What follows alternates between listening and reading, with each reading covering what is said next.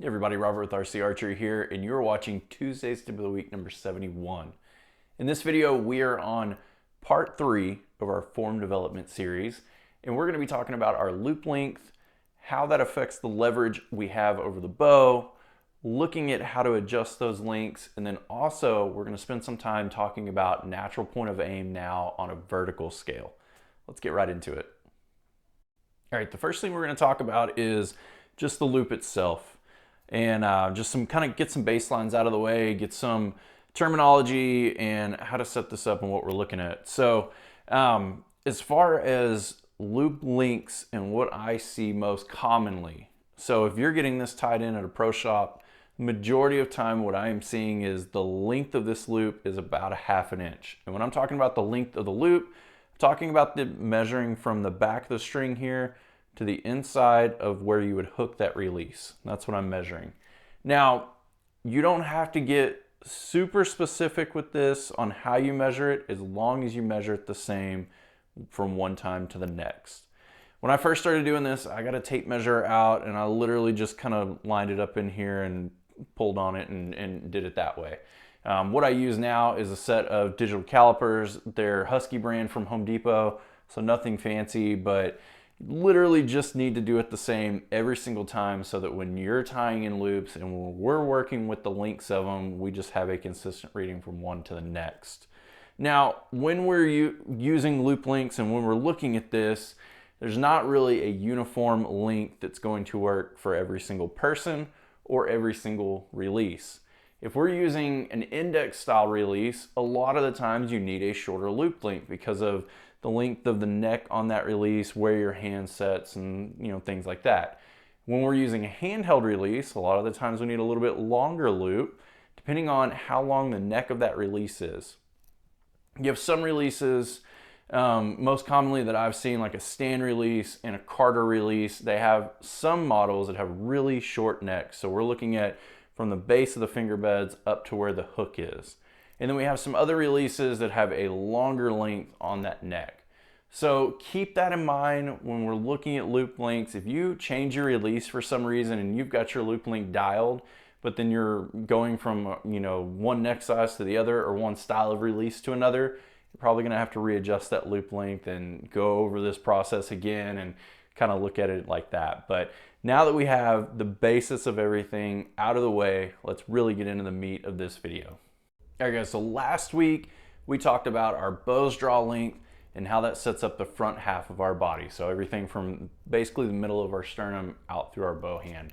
This week, the loop length and how we're adjusting that is going to start controlling everything on the back half of our body. So from that mid sternum out through our release arm, our release elbow, that kind of area.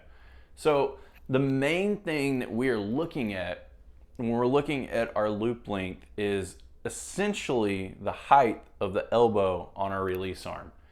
So as you can see here, this is a clip from myself, but it's essentially what I use with my computer program. It shows where our joints are, and it also is going to look at an intersecting point as far as what I call a leverage line. And that leverage line is the line that runs from our release arm's elbow down to our bow arm's wrist.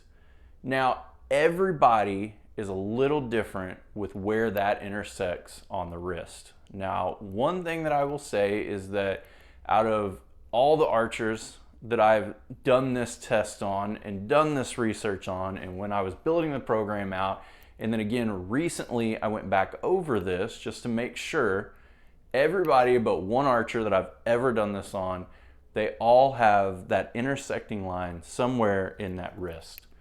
And the one archer that didn't is just an anomaly, in my opinion. So everybody else that I've done this on, that's what they're looking at. Now, you're not wrong or right, no matter where that is in that wrist. It really boils down to your shot style, the way that you're holding on target, and the way that you execute with your release.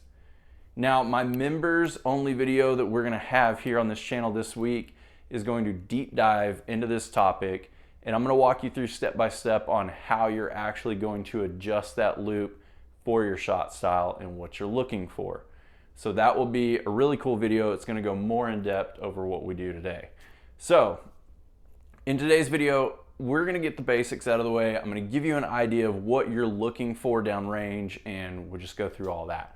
So again, essentially what we're looking for is the height of the elbow. Now, that matters with what we're also doing with our wrist. Now, we talked about biomechanics being a huge factor in the way that I set up my form and what I'm looking for in myself and other archers, and this boils right down into that.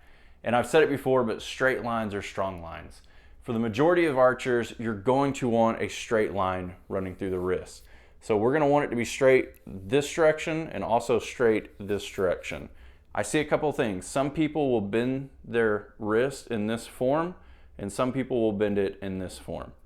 And either one of those, essentially what they're usually doing is they're trying to either have your elbow being too high because your loop is too short, and they're trying to bring the elbow down so they start bending at the wrist, or they're too long on the loop and their elbow is too low and then they're trying to bring it back up. And your body is naturally doing what it needs to do, but that is incredibly hard to repeat from one day to another and even one shot to another. So my recommendation, start with this being a straight line for everybody. You will know if you are one of the few archers that need to have a bend in your wrist for whatever reason, but you won't be able to find the correct loop length and you won't be able to diagnose your shot correctly if we aren't doing it with the straight line first, so that we can get that baseline out of the way. Now, when we are looking down range and what we're doing, we have different lengths of loops that we can tie on and try this. But as a standard starting point with the loop that you have and the shot that you have, I'm going to give you some advice on what you're looking at. If your elbow is very high and your loop is shorter than it needs to be, you're going to have a lot more leverage over the bow than what you need. You're going to be able to really pull back, and you're going to see yourself pull up on target, or sometimes you even pull into the shot and kind of pull yourself off to the right if you're a right-handed archer, or left if you're a left-handed archer. And that's because you just have too much power over the bow. Now the opposite is true if that loop length is too long. Obviously the elbow comes down, but you also have not enough leverage over the bow. So as you start to pull, you actually start feeling worse and more disconnected, and your float a lot of the times wants to drop low because you just don't have enough leverage to pull that bow up. And you also just feel like you're really stretched out, and you don't have control and you don't feel strong with that bow. So that's the two areas to look for when we're initially setting this up. Now, we also want to take into account that the way that we're shooting as we're doing this. But when we do a baseline set, we want to just look at setting up for our shot, pulling into it, creating a little tension like what we normally would for a normal shot, but don't actually release an arrow. We're just studying our float down range. We're wanting to see what we're doing on target. So it's very similar to what I was talking about when we're setting up our stance. We're studying that float, we're looking at what we see on the target, we're eliminating drift. This one isn't so much eliminating the drift necessarily, but we're just studying the float patterns and what we get. Short, choppy, bouncy, over-exaggerated movements, that's too short. Slow, sloppy, feeling disconnected, not enough power over the bow, that's too long. However, there is a false positive in this, and I want to point this out. I do see this with archers at times. If your loop length is really, really short and you have a short necked release, your hand is way too far on your face, your elbow gets way too high up, and as you're pulling, you actually start pulling the bow down because your elbow is so high that as you pull, you're actually pulling in this direction because it's following that line through the forearm into the elbow. So that can be a false positive. So again, video yourself. We have these wonderful smartphones now that have all this technology that we can use to our advantage. See what you're looking at there and try to get an idea. All right, guys. Let's talk about finding our natural point of aim now on a vertical scale, so up and down. We talked about it before with our stance and how that helps us eliminating drift left and right off target. Now we're going to go into being able to eliminate that drift off the target high or low based on how we're setting things up. So there's a couple areas that we can use and adjust and take care of this for us. When we're looking at our bow as a total system, Traditionally, the way that these are set up, the middle of the burger button hole, where this is right here, if you drew a straight line at 90 degrees to intersect it at the string, the middle of that should be where the knock and the arrow is going and our pulling point for our loop. And that's generally the way that these bows are set up to tune and to work. However, sometimes we need to find that balance between getting a bow to tune really well and getting a bow to hold really well. And in those scenarios, when you're just having an issue with holding and the stabilizers aren't helping you, your draw length is good, your loop length is good, but the bow just still has a tendency to want to kind of creep down on us or come up on us or whatever we're working with. That's when we want to look at the loop and how we can adjust this based off the height of it, moving it up and down the string in order to help out. Easiest way that I've found to do this when you're testing this theory out is called tiller tuning. And tiller tuning is essentially we are letting out one limb bolt at a time, and we are, say for example, if we start backing out our top limb bolt, that's going to help bring this down slightly. It's going to start lowering the loop height as well. Same thing can be said if we do this on the bottom. If we start adjusting this out, it actually will raise the loop length a little bit. So when we're doing this, set it up at 90 just to have a baseline. If you need more leverage over the bow to help you hold up on target, or maybe if you're wanting more leverage over the bow to run more front weight and help you kind of steady your float picture or run a little bit heavier setup, you can actually raise this loop up a little, and it's going to help pull more from the top of the bow. So obviously if we're here and I pull, I have a little bit of leverage. If I pull here, I have a lot more leverage. So keep that in mind when we're adjusting for hold on target. We're doing this as studying our float, not necessarily shooting a shot for groups. Start this out by just studying your float, seeing what happens, pulling into the shot, creating tension, and then holding there on target.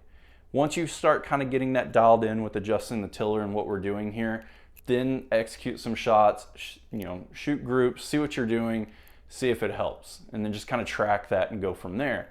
Now, once you've found the perfect location for this, what I like to do is knock an arrow, get this arrow rest to come up all the way if it's a drop away, or if it's a blade, you're already there, and then I'm gonna measure everything. If you use bubbles, you can measure this out and you can see what the pitch of the arrow is.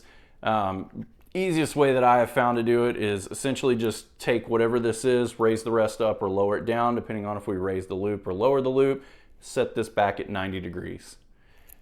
As the midpoint of what we're doing, this works perfectly, because then at this point we go through, we retie a loop, we set our tillers back square. Once we've set our tillers back square, then we go through and we retie a loop to where the arrow is then 90 degrees again. That means that, if we raise the loop up because we were tiller tuning it and raising it up, once we set it square, it brings it back down. If you've cut that loop off, retied knock sets, retied the loop, you just do it at 90 degrees to the string, and then you've got everything adjusted for you, and you can go from there with tuning with your rest and arrow flight and all of that. Right now, we're just tuning for ourselves to try to find the best hold. Now, a lot of the times, you're probably not gonna have to do this. Nowadays, these bows shoot really well, and most of the time, you're probably gonna be fine with it running in the middle. But I do wanna talk about that as far as looking at a natural point of aim. Now, there's one other thing that we can talk about when it comes to natural point of aim as well, and that is looking at our stabilizers. Now, I've got a full stabilizer setup video that I will link here. You can go back and look at that. It helps you kind of determine what you're needing lengthwise on stabilizers, what you're doing to start out with your weight, and then adding it on. Now, when we're setting up stabilizers, we don't want to go too light on the front because our pin is wanting to drift down. So a lot of the times people think, well, my pin is going down, so I take some more weight off the front, and that's going to help me with my pin coming up, and then the problem still exists and it still happens. So in that scenario, we actually want a little bit more weight up front because we need something to be able to pull against as we're pulling through our shot or as we're setting up our tension in our shot. Essentially what happens is when you're too light on the front and you start to add that tension in there, it starts to bring everything up, and then you let off so it drops back down and you just create problems. We want to find out whatever our most steady sight picture looks like, whether you start to go up or down on it. We want to find that steadiest sight picture with our tension and the way that we're actually going to shoot our shot. And then we're going to adjust the weight and we're going to play for everything that way. That's the easiest way that I found to do it. You can go into huge in-depth on what we're doing on stabilizer and weights and angles and things of that nature, but that's the gist of it and what we're doing as far as finding that natural point of aim. All right, guys, thank you again for watching. If you are a member of this channel, go out, check out the members only video that we have on here. If you want to see that kind of content and you're not a member yet, there is a link down in the description of this video. It will take you into the YouTube account where it tells you the two different, I guess, scales of what you can get for a membership, different pricing that goes along with that, and what you get. So it's either videos only or videos plus access to coaching with me as well. But thank you again, guys, for watching. Hopefully this form series is helping you as we're kind of migrating through this and we can get everything set up and continue going through with our tuning series and then our shot execution series as well. Thank you guys again. I'll see you soon.